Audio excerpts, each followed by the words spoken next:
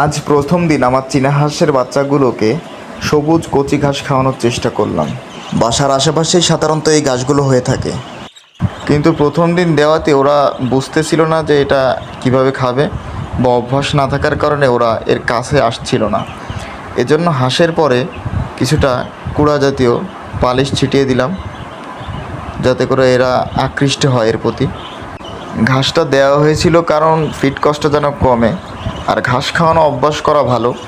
ঘাস খাওয়ালে হাঁসের বাহ্যিক যে সৌন্দর্য এবং ভিটামিনের অভাবটা অনেকাংশেই পূর্ণ হয়ে যায়, যা অন্যান্য খাবার দ্বারা গ্রহণ করা সম্ভব নয়।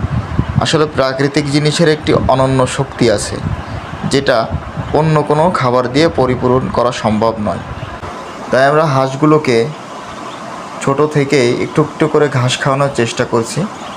এরকম প্রতিনিয়ত দিলে একদিন অভ্যাস হয়ে যাবে।